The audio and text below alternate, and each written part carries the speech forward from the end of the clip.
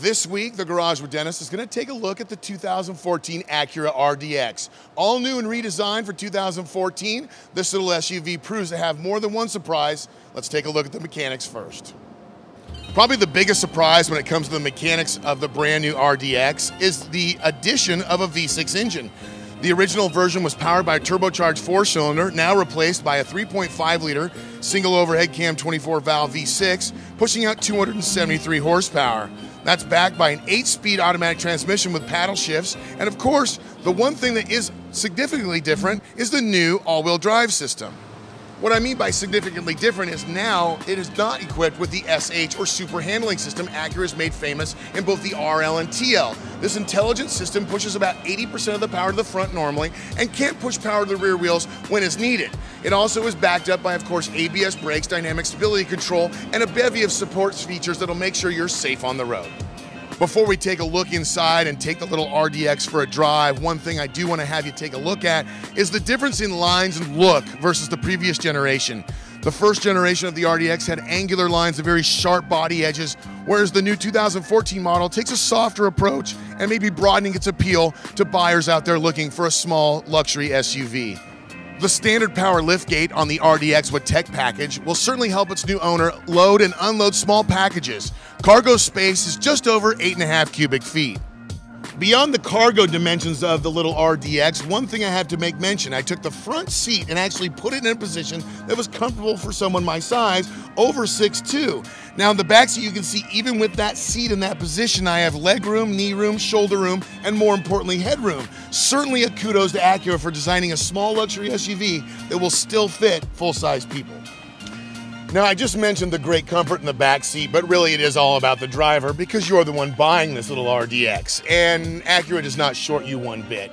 Soft touch materials are all over this interior, and including a great dash layout. I like that Acura has always done a great job of laying out the dash to make it easy for you to use. One of the things I do love, and a lot of people are against it, is the joystick, so to speak, to control all the different systems in the car. Touchscreens are great, but fingerprints can also make it easy to not only not see what you're looking at, but make a lot of glare. One of the things I do have to make mention is the center console as well. It does house the switches for the heated seats in the front.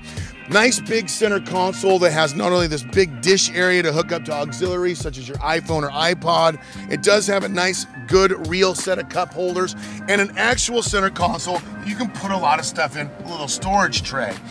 Now, one of the things that, again, is a blend of the old and new between the first generation, second generation RDX is the interior isn't so jagged and it's not so filled with so many different materials. They made it nice and simplistic and easy to sit in and enjoy. I love the driving position, and I do certainly love the way the controls are laid out. I do have to mention that I love the RDX's system when it comes to real-time traffic and even having the ability to read your text messages if you have the right type of phone.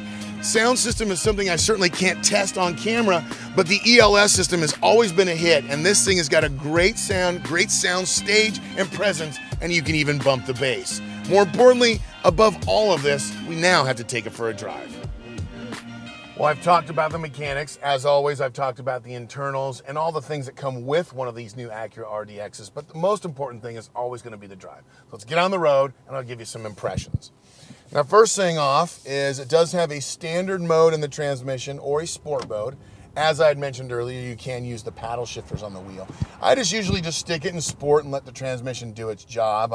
It's not a Formula One race car. It's just a simple SUV with the ability to change schematics on the transmission. Certainly entering or exiting the freeway, you're going to have no lack of power. All 273 horsepower are present at all times.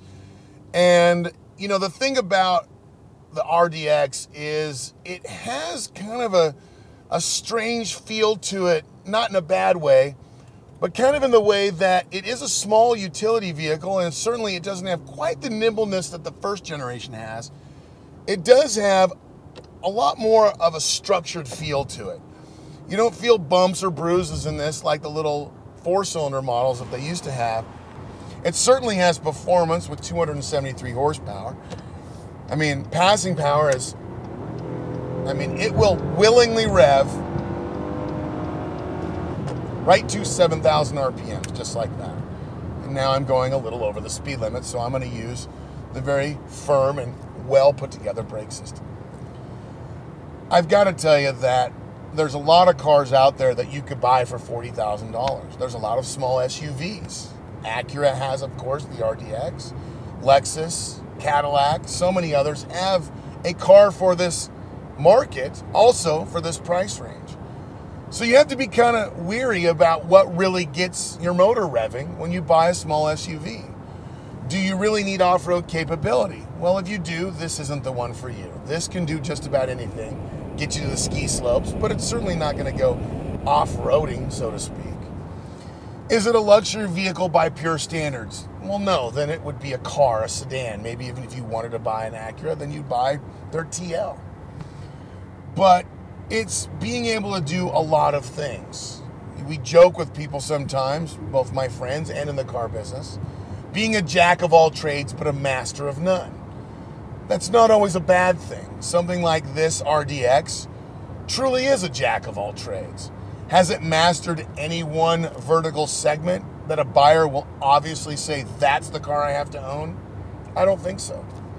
But what I will tell you is Acura has come up with a complete package that gives you safety, gives you performance, gives you comfort and convenience items that are, the depth chart is 2 pages long, but will also make you have a great drive. Fun to drive, I won't say that. A great drive, a road-going car, I will. This is going to wrap up my time with the 2014 Acura RDX. Now, in conclusion, I'm going to tell you this. Acura has certainly earned their right to throw their hat into the $40,000 small SUV ring. And if you want to check out one of those vehicles, certainly put this on your shopping list. We also want to thank our sponsors before we let you go. Craftsman, Made to Make, and Royal Purple, the performance oil that outperforms. From everyone here at the Garage with Dennis, we'll see you in the next video. Will certainly help its new owner load and unload small compartment, small packages like my brain. The rear of the MDX, this is an RDX, it's not really an MDX or an IKL or a TL or a RL or whatever. Bye.